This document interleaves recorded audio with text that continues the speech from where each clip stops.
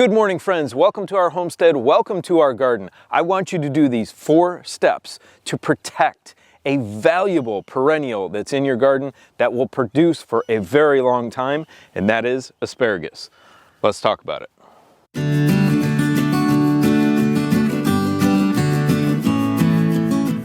Of course, we all know asparagus is a perennial, and if you take care of it, it will be one of the longest running perennials in your garden. It can last between 15 and 20 years, but you have to take care of the most important part, and that is the root system or the crown.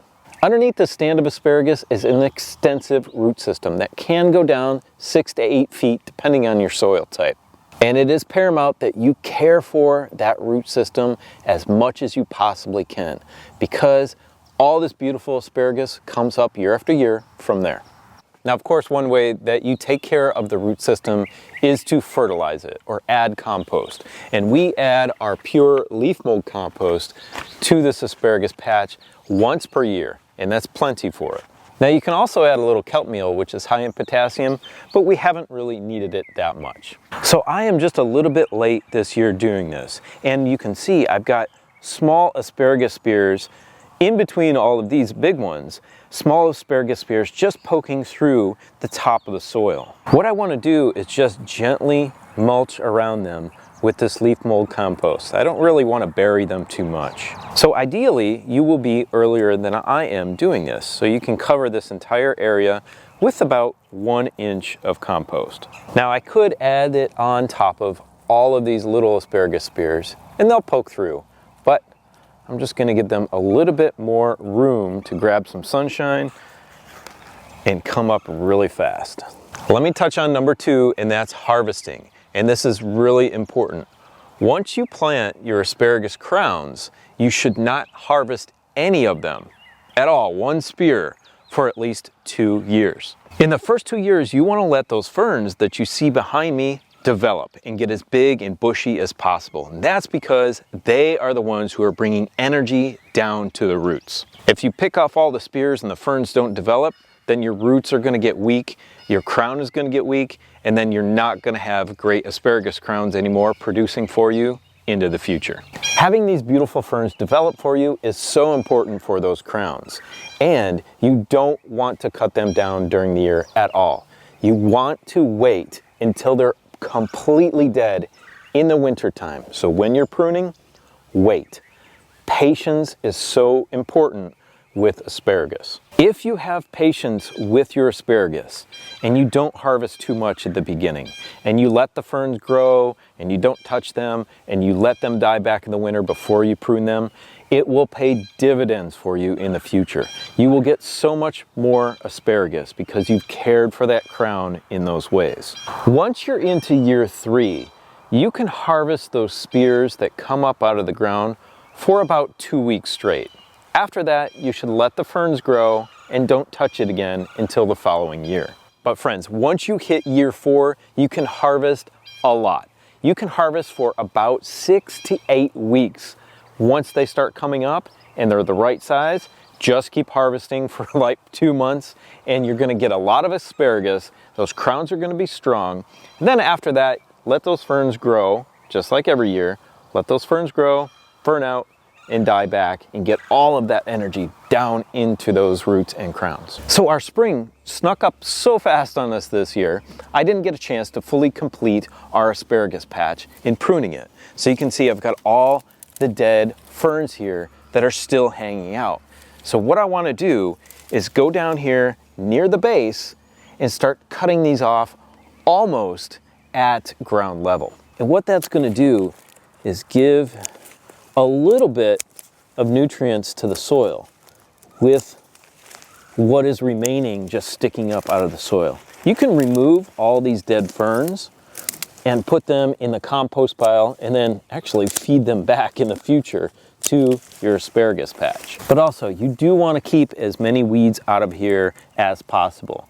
And mulching with that compost is going to help that. Now, it's really important we get this done at a good time of year, because that sun needs to heat up this soil in order for that crown to really signal that it's ready and to start shooting those spears up. Now, some you can see over here just don't care, and they just poke up right through really fast. I want to show you really quick this trellis system that I came up with to keep these ferns in place, because if you don't, they're going to flop over, they're going to block your aisles.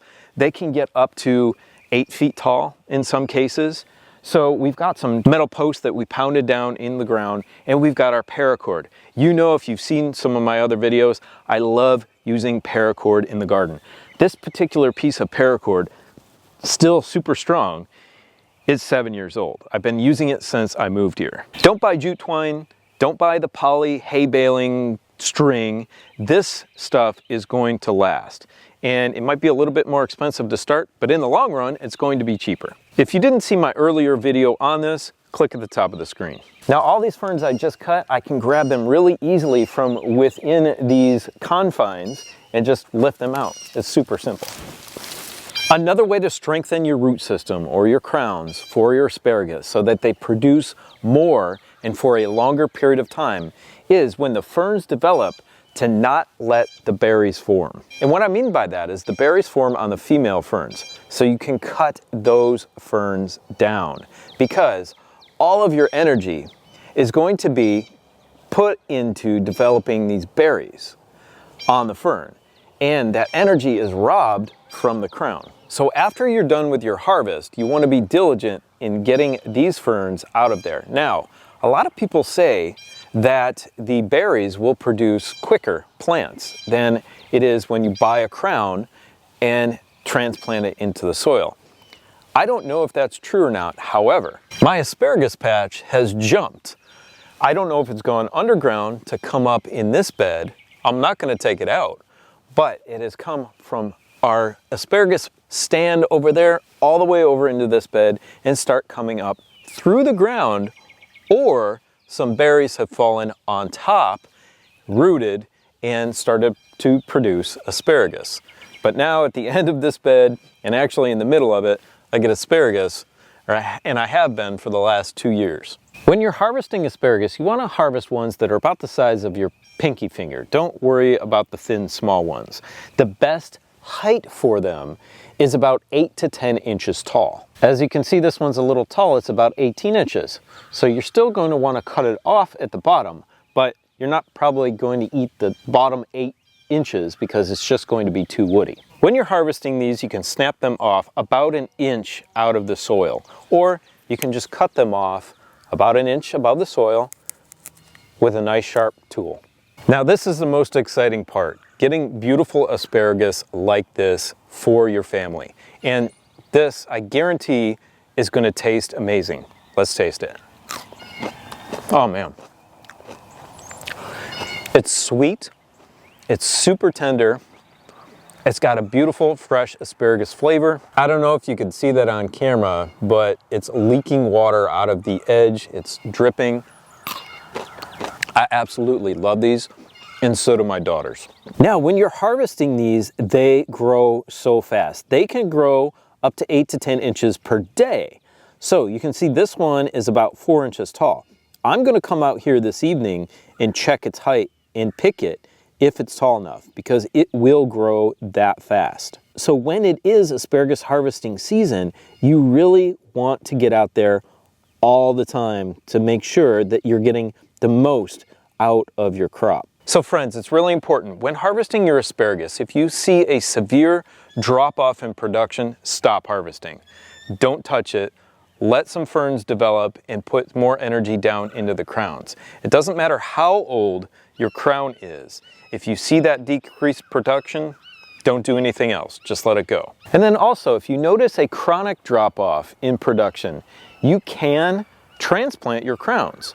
You can get down there, see what's going on, pull them out of the ground and put them in another spot, because they can continue to produce. Maybe the area is completely depleted of nutrients, you just don't know. Maybe it's in a bad area, but they don't mind being dug up and moved.